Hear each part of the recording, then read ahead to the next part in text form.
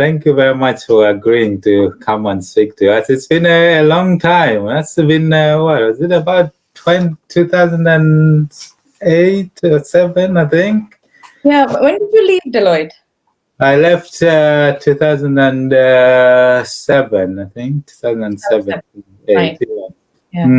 And so it seems to have been quite an interesting journey for you, leaving Deloitte and everything else that's been happening. So it'll be good to just capture all of that. So I think, like I said in the message, I mean, this podcast is more about just capturing your life journey, you know. So if you sort of think about it, because obviously a lot of things happen in life, and you're busy doing business and all of that, but we're just trying to take you back to base in a way. So start thinking about your whole journey. Start from the beginning, like from birth, the journey, the family, the siblings, and everything.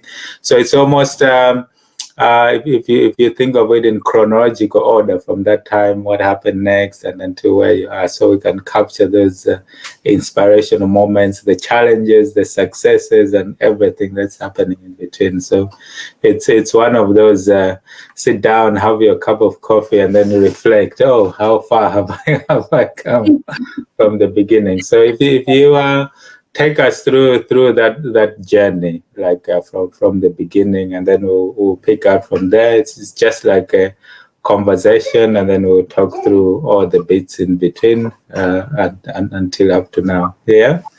Okay. Absolutely. I mean, we look at this as just like a cup of coffee chat. So anything, we just go through life and everything that's happened. But I think, like I say, if you go 50 years, 100 years down the line, and the great grandchildren are listening to this and wondering, who was Gouri? Who was our? Yeah. Why would you want them to know? Like, you know. So that's pretty much it. So yeah, take us from the beginning. Yeah. Yeah. Okay. Gosh. From the beginning, well, I have no idea. Well, I have no memory of anything, when I was very little, other than the fact that my dad, who joined the family business. I mean, I remember perfumery quite a bit, that I remember that we had 2 dogs. And and then I remember my dad had to go off. He lived in Bhutan for nearly 8 years. So I remember that he was away in my initial, when I was quite little. I remember going to Bhutan very vaguely. I think I was there for a month or so, or a few months maybe. But they don't have the same, they didn't at that point, the same school system as you'd expect to find in a structure. Anyway, so because of that, I was sent off to my grandmother's, to live with my grandmother, who I lived with for about 2 years, whilst my parents and my younger sister, they were in Bhutan for 2 years. So I have very, very good memories of, living with my grandma. She teaches this language called Sanskrit. I don't know if you've heard of the language. It's quite an ancient Indian language. And it's considered the source of many other languages in India. So, she teaches. She still teaches to the day. She's 91 now. She teaches Sanskrit language to the 11 plus and not 11 plus, what should I say? So she teaches Sanskrit language to the A level and GCSE level students in India. So she's still quite on the ball, she's really sharp still. So she I believe was the first sort of inspirational person I remember quite clearly, because I think I was about 4 or 5, and that's when you sort of start developing your memories a lot more strongly, isn't it? So that's my memory. First memory of her is she used to teach me times tables. Yeah. Yeah, it had to be right. So 1 to 12, the timetables, and I had to repeat them every day. I still remember that. Yeah. But I think that kind of got me to enjoy maths more. It didn't put me off, fortunately. So that was that. And my grandmother and my uncle and aunt and my cousin, we all lived together. And so yeah, it was a great childhood. And then my dad came back, so we all moved back to Kerala, which is in the south of India. So if you think of Indian Peninsula, it's right kind of at the bottom, Kerala. Yeah, okay. How far is that from Delhi, or is that quite far, I imagine? Yeah, it's very far. So if you think about, you know, um, flying from A to B, I believe Delhi, it takes about 3 hours or something. Because Yeah. India is massive, isn't it? It's like you can, from one end to the other, it can take like hours and hours. Absolutely. It's like traveling from one end of Europe to the other end of Europe. Yeah. Wow. It's a big country. And I think because my family originally came from near Mumbai, Mumbai and Goa. So my mom's family is near Mumbai and my father's family from near Goa. So the native languages that are spoken in those areas are very different to the languages. Each state has its own language. So the language spoken in near Mumbai is different from the language spoken in the south, which is Kerala. So the advantage you have is,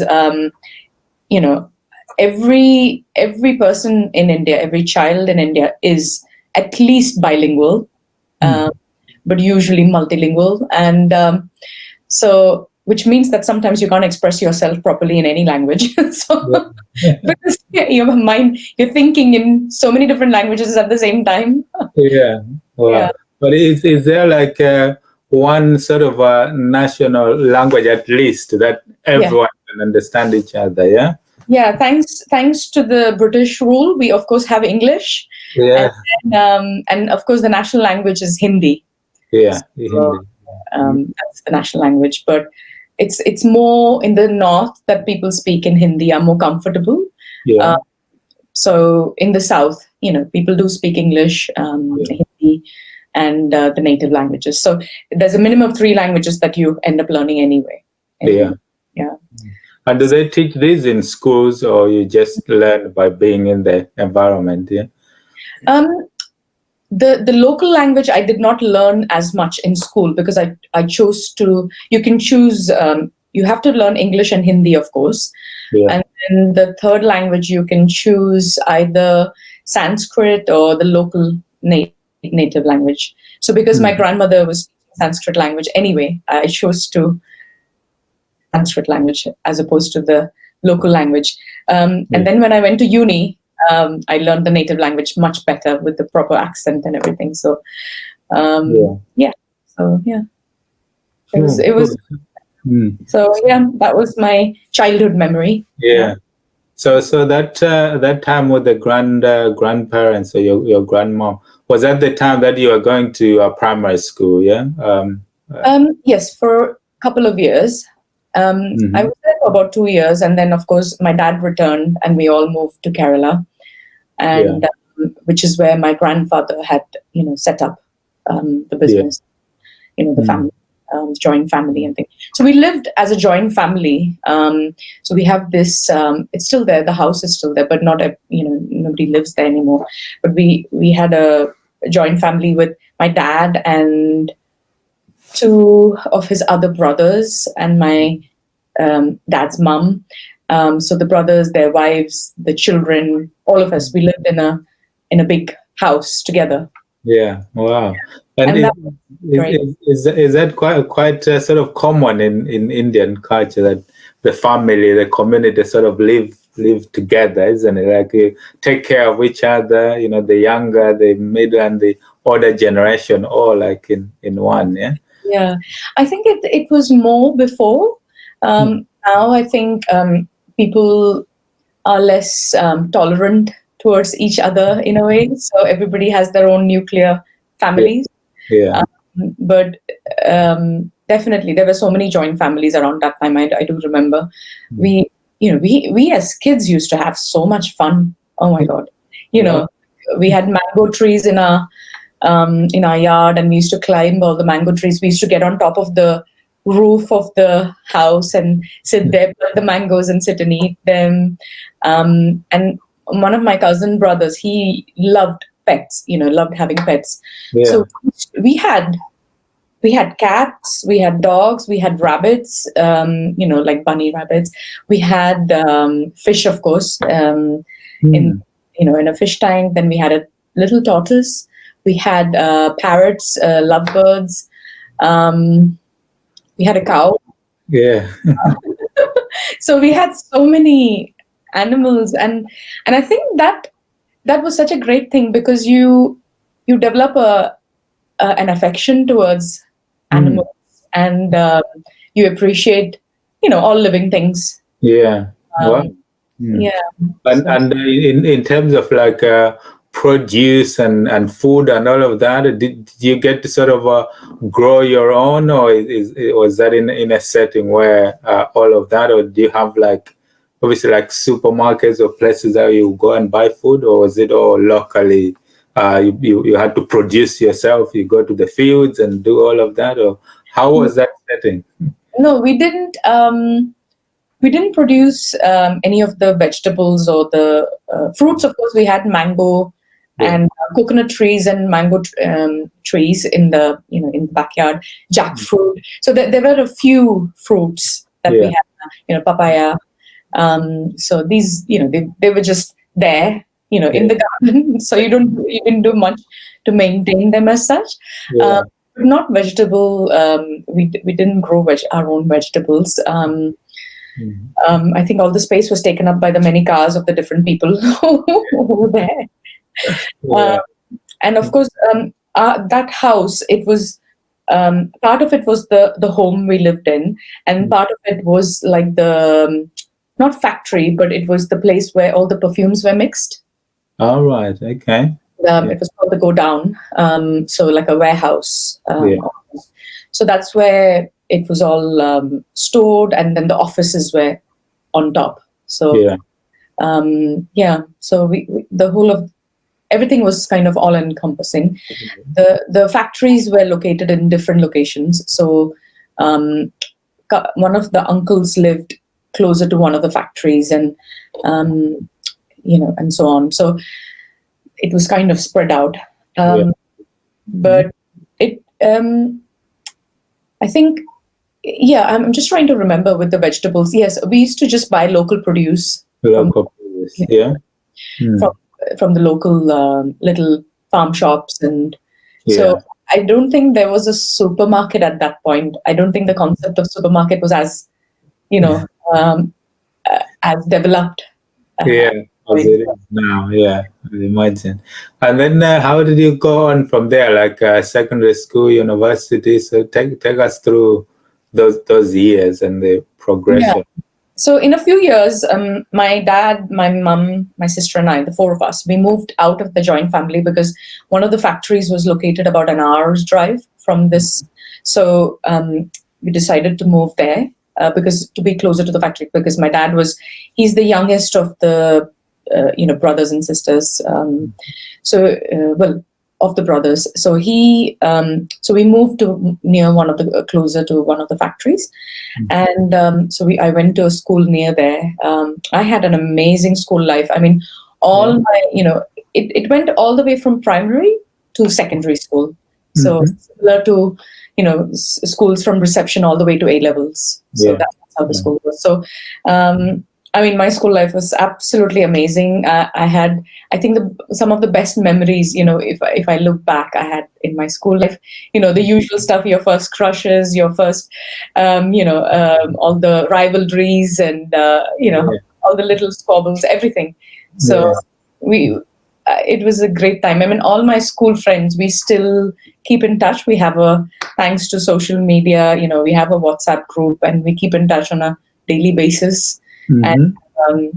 it's really nice because, we've known each other for so long that, Yeah. and when you know somebody's history and your childhood, and when you have shared, you can actually, you know that even though you have moved on and you have your own family and your own new friend circles, if you ever need anything, you can count on them in a way. Yeah, yeah. That's great to have that network, isn't it? Going back to those Absolutely. years, because it just brings all those memories when you bring them back. It's like it's Yeah. it's great. Was it a boarding school or just a normal? You Day just school. It was a day school. Yeah, it was a co-ed school, girls and boys, and it was a normal school, as in no boarding. They had I'm just trying to remember, about 30 to 40 students in each class, and yeah, there were no, we call them divisions. So it was just the one class per year group. yeah. So if, because we had what first, so you kind of year one all the way to year 13, Mm-hmm. um, I believe that was about 400 odd students in the entire school. Yeah. And the head teacher was amazing because he remembered the names of every child. Really? Wow. He knew every child's name, and there were so many siblings, over there. So my Mm. sister went to the same school. My friend, her sister would be in in the same class as my sister, and so as families as well, I think we would sometimes socialize. Yeah. So it was great. And I think at that point, in my school life, um, so how it is, I mentioned about the joint family, Yes. Yeah. and all the boys in our family joined the joint family business. Mm-hmm. It was a joint family business. They would join the business, and all the girls, well, they didn't want to join the business, so they would take up a professional course. Mm-hmm. The eldest of my cousins, she's a doctor.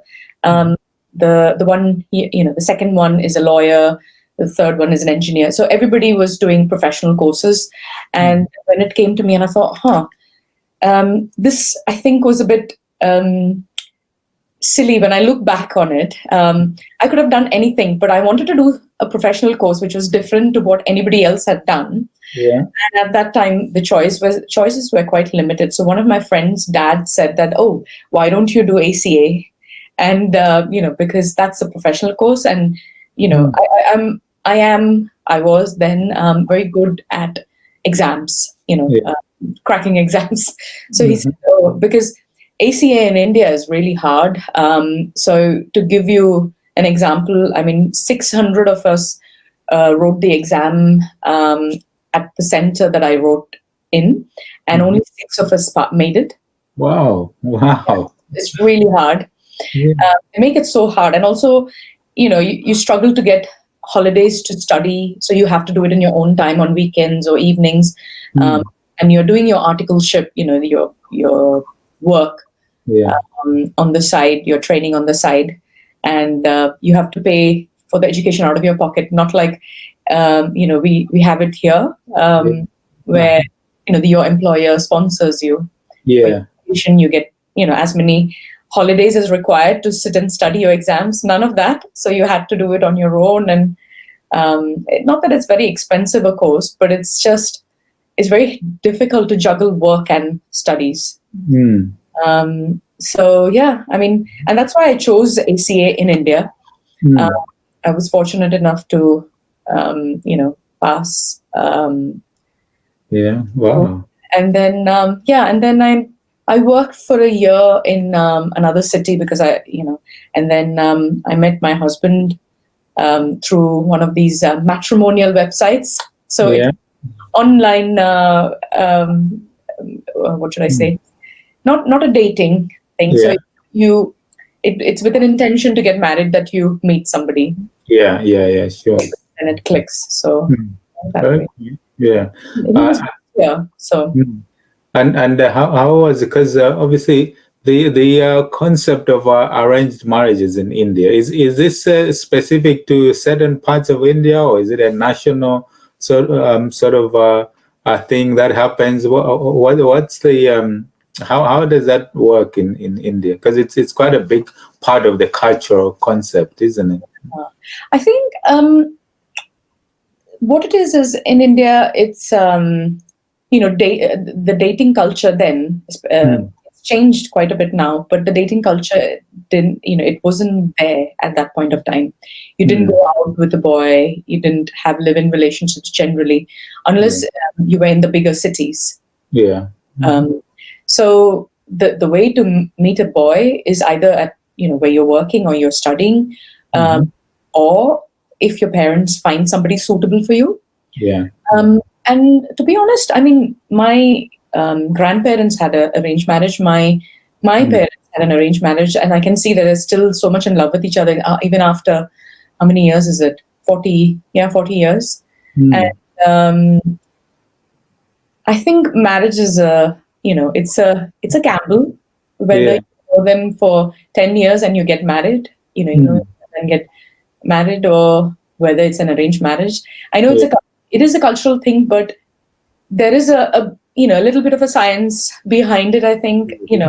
Yeah. Yeah. you you are brought up in a certain way, and with this certain luxuries in your life, or lack thereof. Yeah. Uh, in an arranged marriage, you try to find somebody who has a similar upbringing as you, and therefore similar values as you, Yeah. uh, Yeah. and a social background or financial background, etc. Mhm. And usually, when there is a certain match, you get people which with similar wavelengths anyway. Yeah. Sometimes it doesn't work, and so you get the opportunity to meet somebody a few times and then gauge a little bit. But of course, like I said, it's a risk at the end of the day.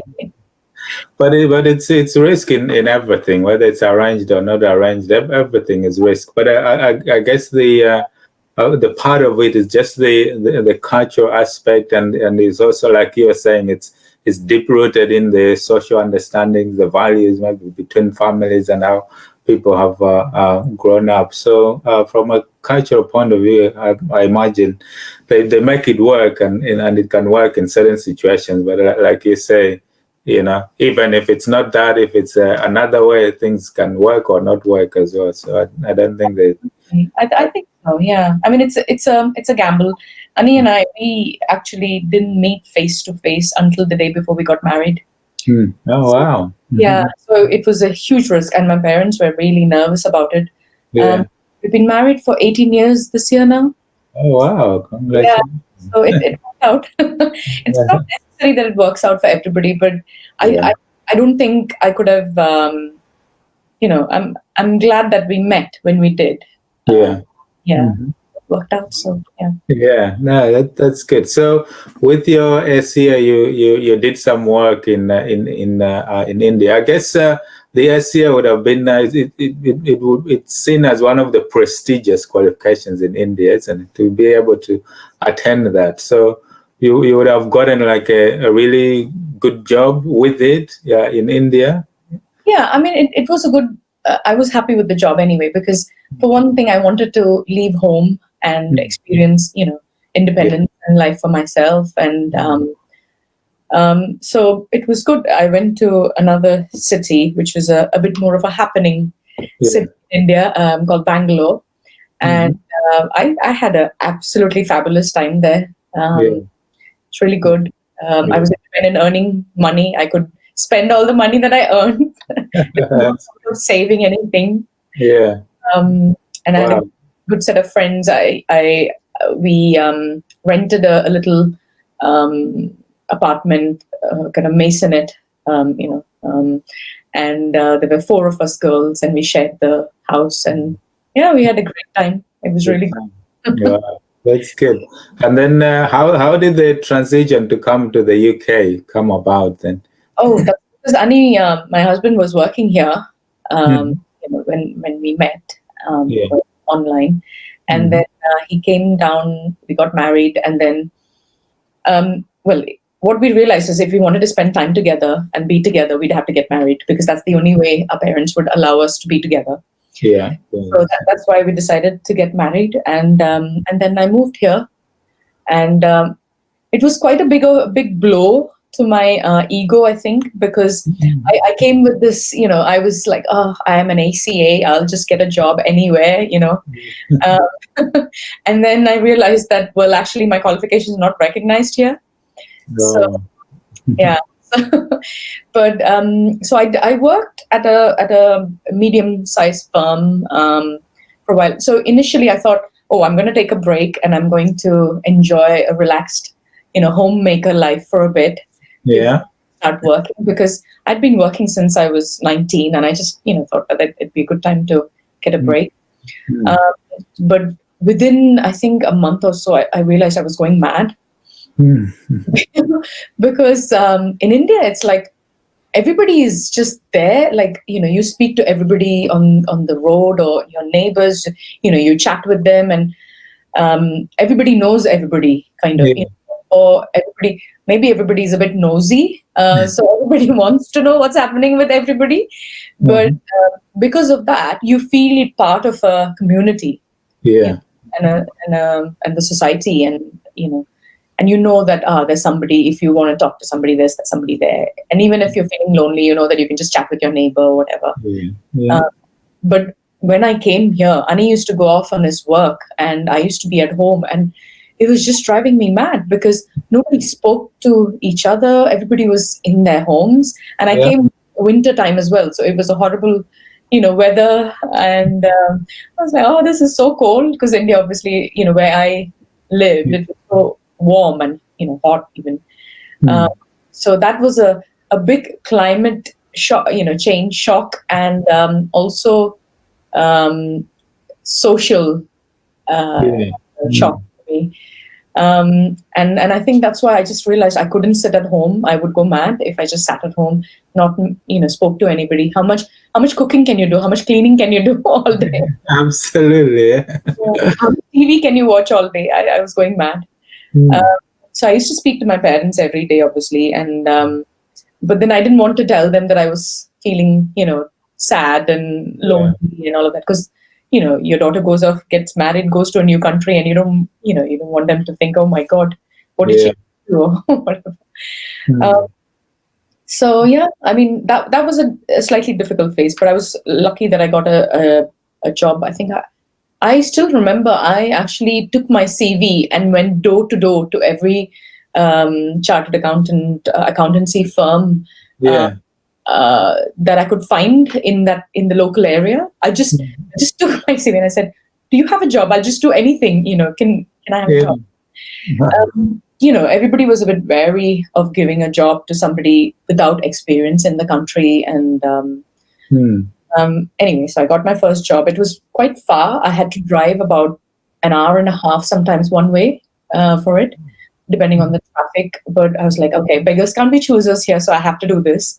So I did the job, and then a friend of mine actually worked. She still works in Deloitte, and at that point, I was looking to move from this firm because I felt that I don't know if it was genuine or not, or whether it was all in my.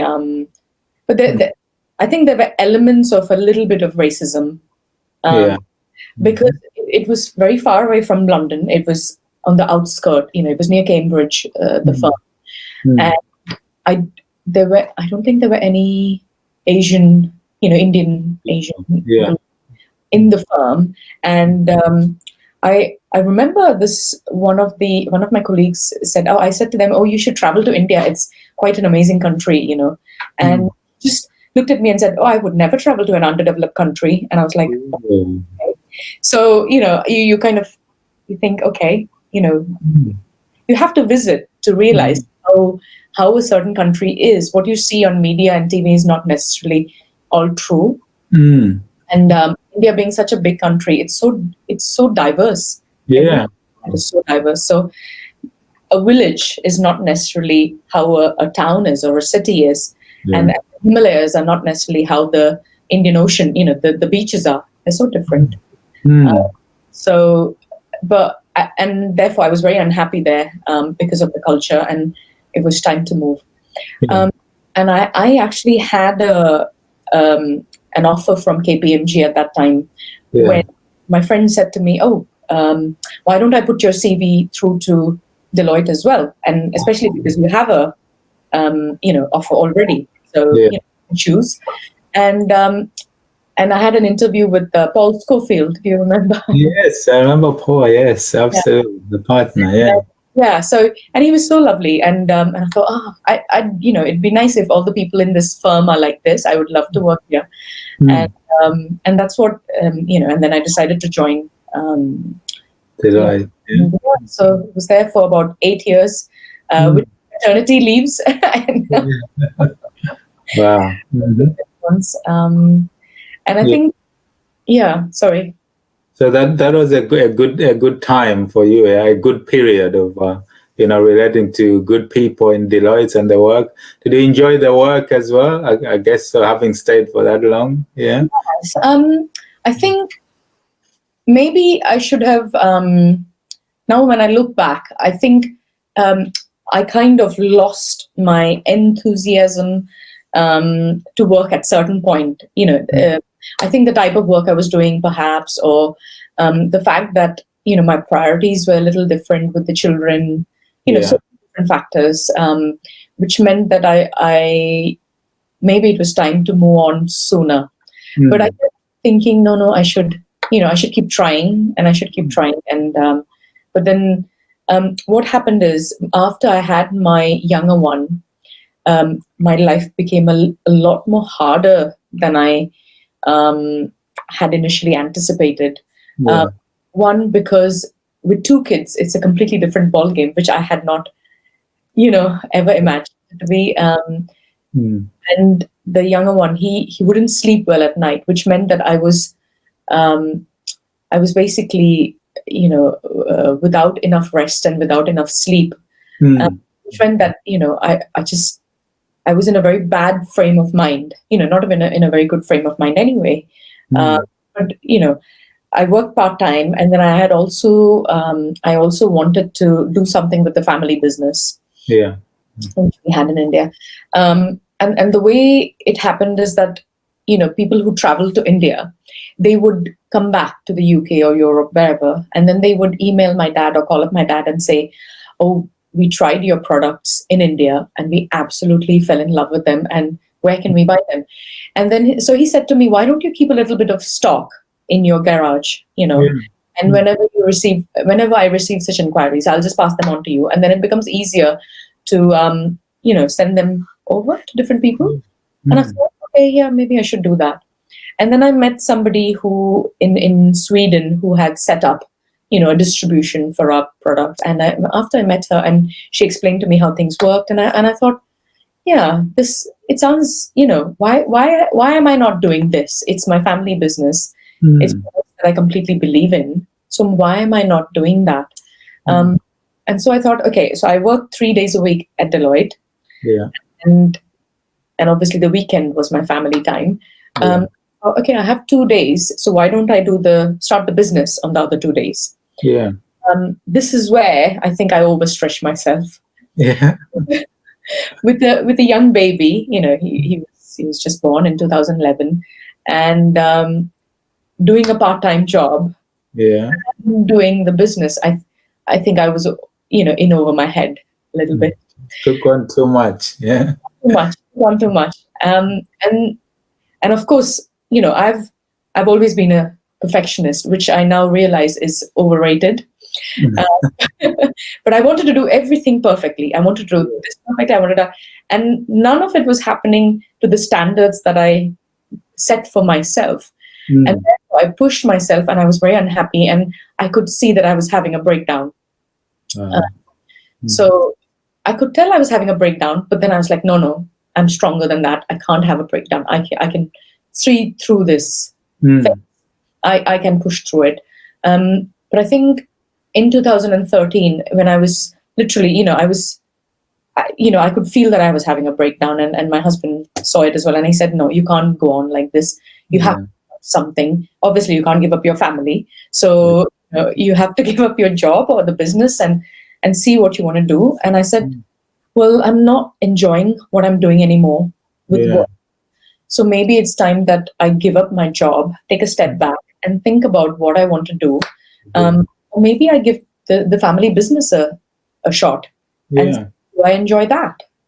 Or do I choose something else which gives me more, enjoyment, also a better work-life balance? And that's where, at that point, where I took a career break for 3 months, and then I started trying to set up the business properly as a structure. And then at the end of the 3 months, I decided that I didn't want to go back. So and that was 2013.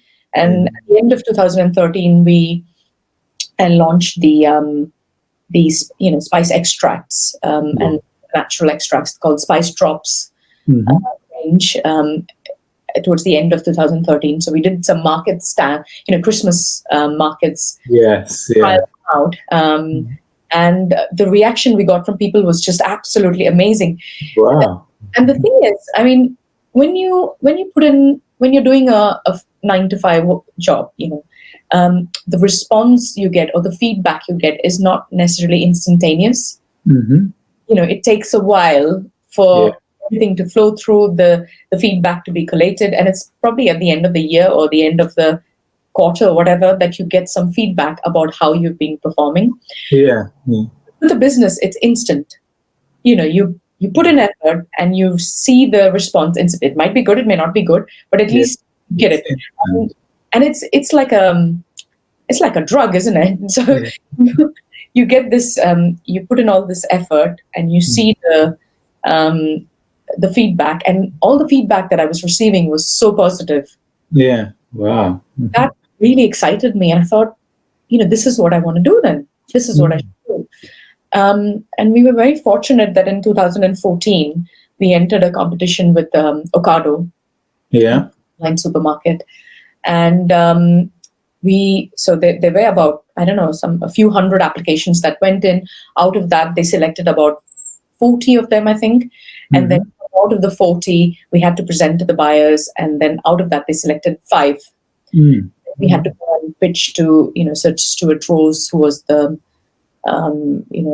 head basically in Ocado, and the chef Tom Kerridge, the Michelin. So that's what we did in 2014, and we didn't win the competition, but we went on to get a listing in Ocado on the back of that. Wow. Which was amazing. I mean, that's great. Get this listing with it's online, but it's national, supermarket. So that was great. And from there on, there have been milestones after milestones, which has, kept me sort of, motivated and going with the business. There are a lot of things that I learned the hard way, which I think I had maybe invested in certain kind of market research or maybe consultants to help, with. Maybe I could have navigated those, very long learning curves quicker. Yes. But this is all hindsight, which is always 2020. So it's hindsight is a wonderful thing. But wow, so it's at that point, like you say, you discovered something that you are now enjoying. But it seems to be like it came out of a crisis of some sort, like when you're actually struggling, not able to balance, and you could see you are not enjoying your work. Maybe you could try this. So I guess it's quite common for most people, isn't it, to take a leap from something into something else that sort of tends to take a bit of a crisis of some sort or another. So I guess for you, looking back, if it wasn't that, I mean, would you have had a moment, even let's say before you decided, when you came here, before you decided to actually go and knock on doors to actually find a job, wasn't there a moment at that time when you could have thought maybe to do the family business at that point, or that your card.